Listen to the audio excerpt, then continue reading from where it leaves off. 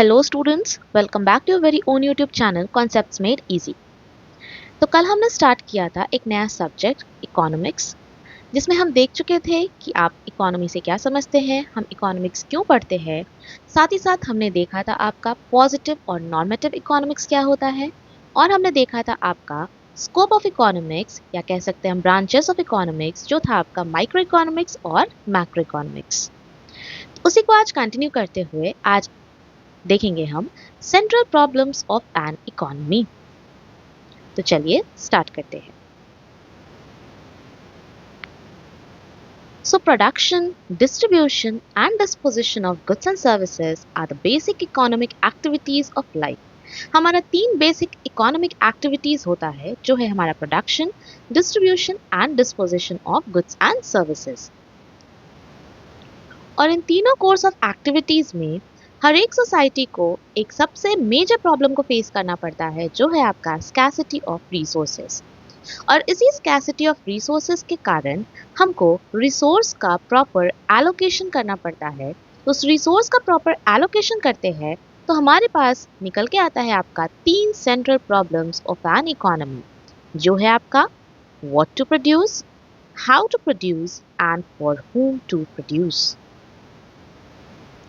So, there are 3 central problems of an economy: what to produce, how to produce and for whom to produce।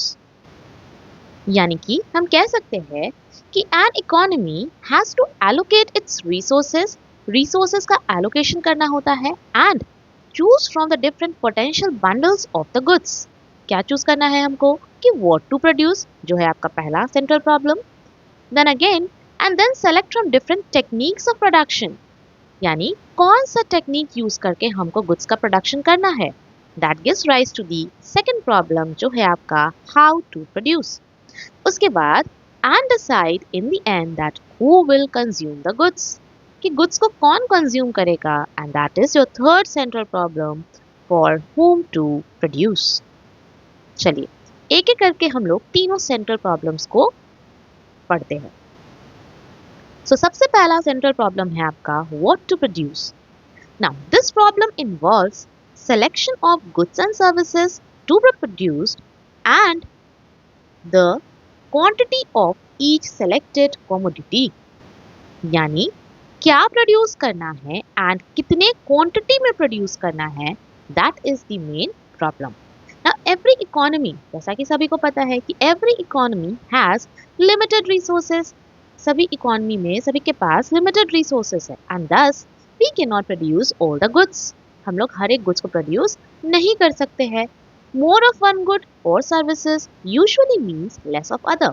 अगर किसी एक commodity को हम ज़्यादा produce करेंगे, यानी कि हमको किसी दूसरे कमोडिटी को कम प्रोड्यूस करना पड़ेगा।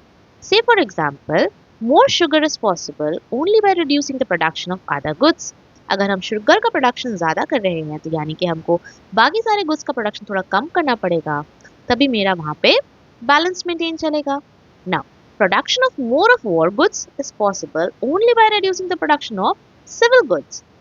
सो on the basis of importance of various goods, an economy has to decide which good should be produced and in what quantity.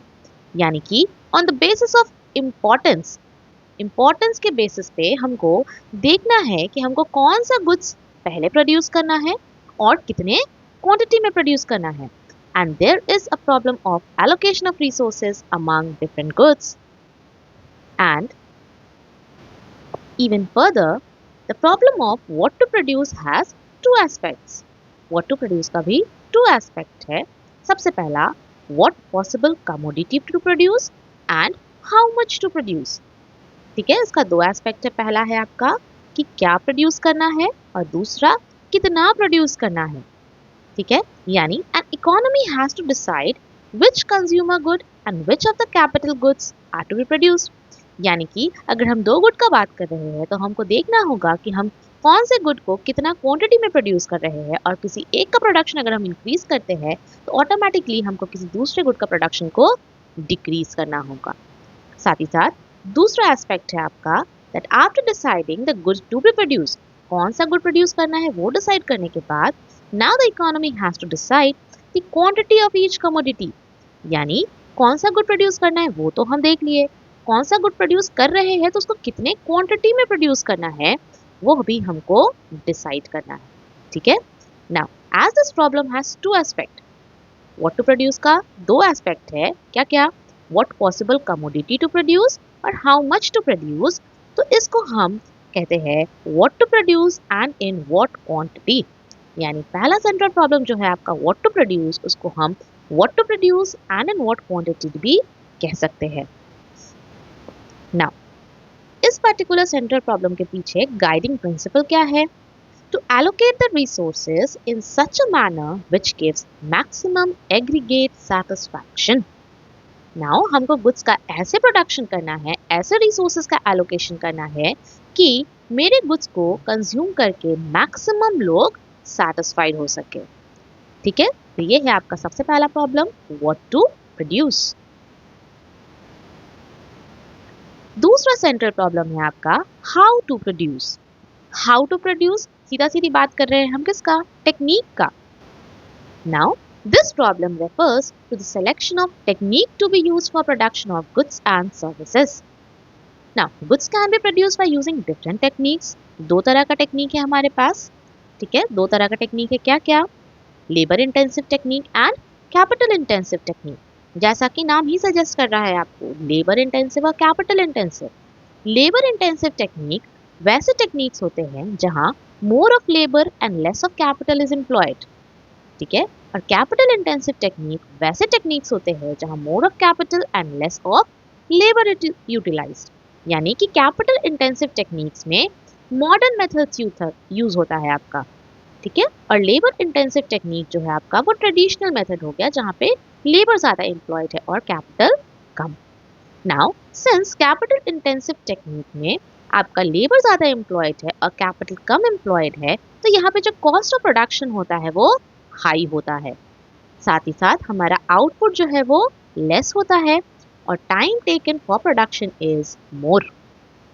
ठीक है, उसी का जस्ट उल्टा हो जाएगा आपका कैपिटल इंटेंसिव टेक्निक जहाँ पे आपका more of machinery is used.